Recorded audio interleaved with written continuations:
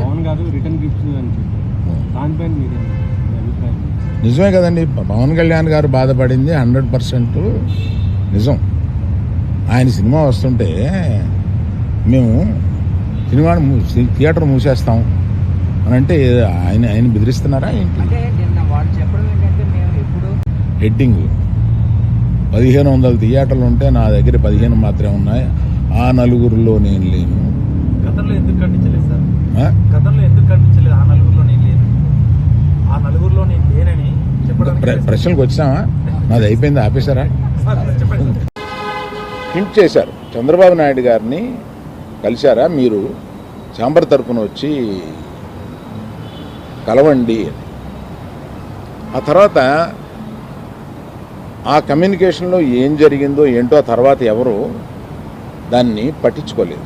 నేను ఒకళ్ళిద్దరితోటి ప్రస్తావిస్తే చంద్రబాబు నాయుడు గారు మాకు తెలిసిన ఆయనే కదా, పవన్ కళ్యాణ్ గారు మాకు తెలిసిన ఆయనే కదా, మేము వెళ్ళి పని చేయించుకుంటున్నాం అన్నారే తప్ప ఛాంబర్ వారు కానీ ఏ సంస్థ కానీ వెళ్ళి అఫీషియల్గా మనం అందరం వెళ్ళి కలిసి కష్టం వచ్చినప్పుడు కలవడం వేరండి.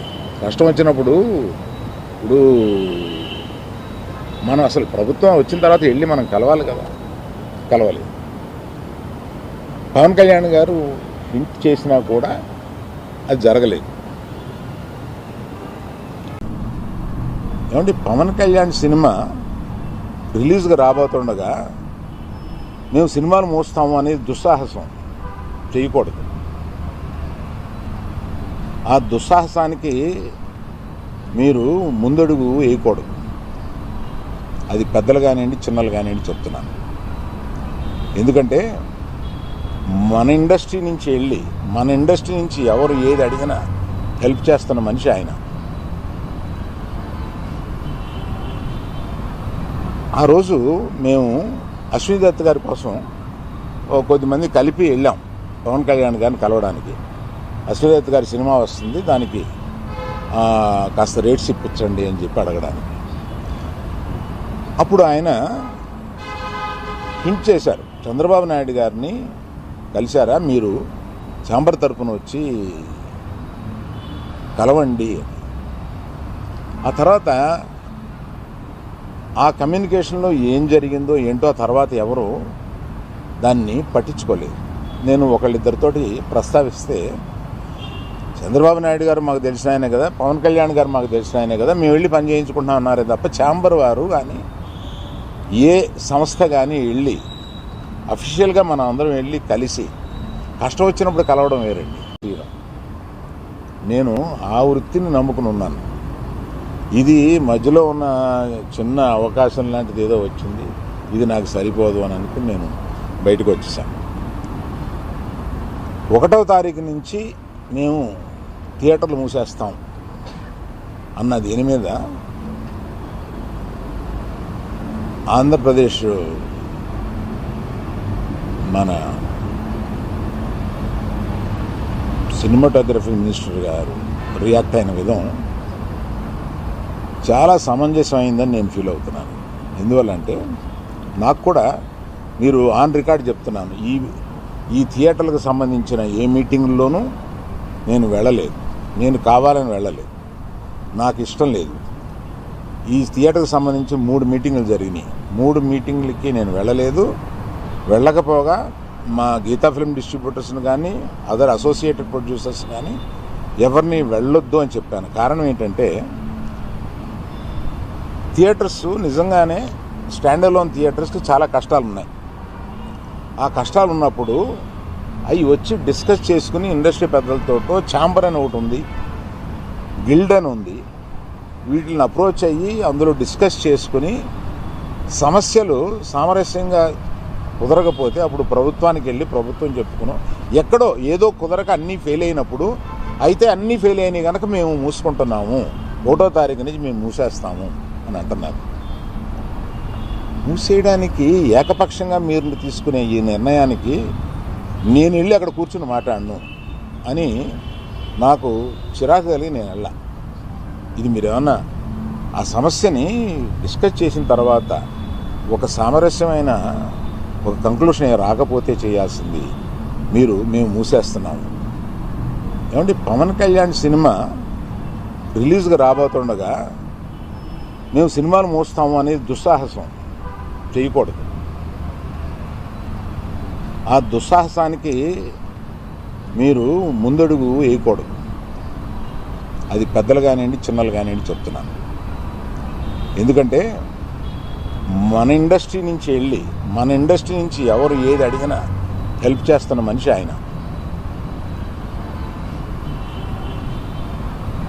ఆ రోజు మేము అశ్విని దత్ గారి కోసం కొద్దిమంది కలిపి వెళ్ళాం పవన్ కళ్యాణ్ గారిని కలవడానికి. అశ్విని దత్ గారి సినిమా వస్తుంది, దానికి కాస్త రేట్స్ ఇప్పించండి అని చెప్పి అడగడానికి. అప్పుడు ఆయన హింట్ చేశారు, చంద్రబాబు నాయుడు గారిని కలిశారా, మీరు ఛాంబర్ తరపున వచ్చి కలవండి అని. ఆ తర్వాత ఆ కమ్యూనికేషన్లో ఏం జరిగిందో ఏంటో ఆ తర్వాత ఎవరు దాన్ని పట్టించుకోలేదు. నేను ఒకళ్ళిద్దరితోటి ప్రస్తావిస్తే, చంద్రబాబు నాయుడు గారు మాకు తెలిసిన ఆయనే కదా, పవన్ కళ్యాణ్ గారు మాకు తెలిసిన ఆయనే కదా, మేము వెళ్ళి పని చేయించుకుంటున్నాం అన్నారే తప్ప ఛాంబర్ వారు కానీ ఏ సంస్థ కానీ వెళ్ళి అఫీషియల్గా మనం అందరం వెళ్ళి కలిసి కష్టం వచ్చినప్పుడు కలవడం వేరండి. ఆ నలుగురు వ్యాపారంలో నేను బయటకు వచ్చేసాను. నేను లేను, కోవిడ్ ఆ టైంలోనే బయటకు వచ్చేసాను. నాకున్న అంటే ఎగ్జాంపుల్ మీరు ఇలా చెప్పొచ్చు అనుకోవచ్చు, తెలంగాణలో నాకు ఒక్క థియేటర్ కూడా లేదు ప్రస్తుతం. తెలంగాణలో నాకు ఉన్నది ఒకే ఒక థియేటర్, AAA, దానికి ఓనర్. కనుక నా దగ్గర ఒక్క థియేటర్ కూడా లీజులో లేదు. ఆంధ్రాలో కూడా అన్నీ వదిలేసుకుంటా వచ్చేసి నా దగ్గర మొత్తం 1500 థియేటర్లు ఆంధ్రాలో ఉంటే, అదే మొత్తం తెలుగు రాష్ట్రాల్లో ఉంటే నా దగ్గర 15 లోపు ఉన్నాయి.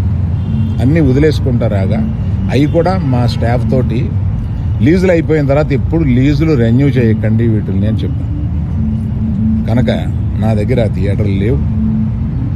ఎందువల్ల నన్ను అంటే పాత అలవాటు కొద్దీ అందరూ నన్ను ఆ నలుగురులో అదేదో ఫోటోలు వేయడానికి మాది బాగుంటాయి కనుక అందరు పెద్దల ఫోటోలు వేస్తా, విమర్శకు బాగుంటుంది కనుక కొంచెం అలా విమర్శిస్తున్నారు. నా వృత్తి గత 50 ఏళ్ళుగా సినిమాలు తీయడం. నేను ఆ వృత్తిని నమ్ముకుని ఉన్నాను. ఇది మధ్యలో ఉన్న చిన్న అవకాశం లాంటిది ఏదో వచ్చింది, ఇది నాకు సరిపోదు అని అనుకుని నేను బయటకు వచ్చేసాను. 1వ తారీఖు నుంచి మేము థియేటర్లు మూసేస్తాం అన్న దీని మీద ఆంధ్రప్రదేశ్ మన సినిమాటోగ్రఫీ మినిస్టర్ గారు రియాక్ట్ అయిన విధం చాలా సమంజసమైందని నేను ఫీల్ అవుతున్నాను. ఎందువల్లంటే నాకు కూడా మీరు ఆన్ రికార్డ్ చెప్తున్నాను, ఈ థియేటర్లకు సంబంధించిన ఏ మీటింగ్లోనూ నేను వెళ్ళలేదు. నేను కావాలని వెళ్ళలేదు, నాకు ఇష్టం లేదు. ఈ థియేటర్కి సంబంధించిన 3 మీటింగులు జరిగినాయి. 3 మీటింగ్లకి నేను వెళ్ళలేదు. వెళ్ళకపోగా మా గీతా ఫిల్మ్ డిస్ట్రిబ్యూటర్స్ని కానీ అదర్ అసోసియేటెడ్ ప్రొడ్యూసర్స్ కానీ ఎవరిని వెళ్ళొద్దు అని చెప్పాను. కారణం ఏంటంటే థియేటర్స్ నిజంగానే స్టాండ్ అలోన్ థియేటర్స్కి చాలా కష్టాలు ఉన్నాయి.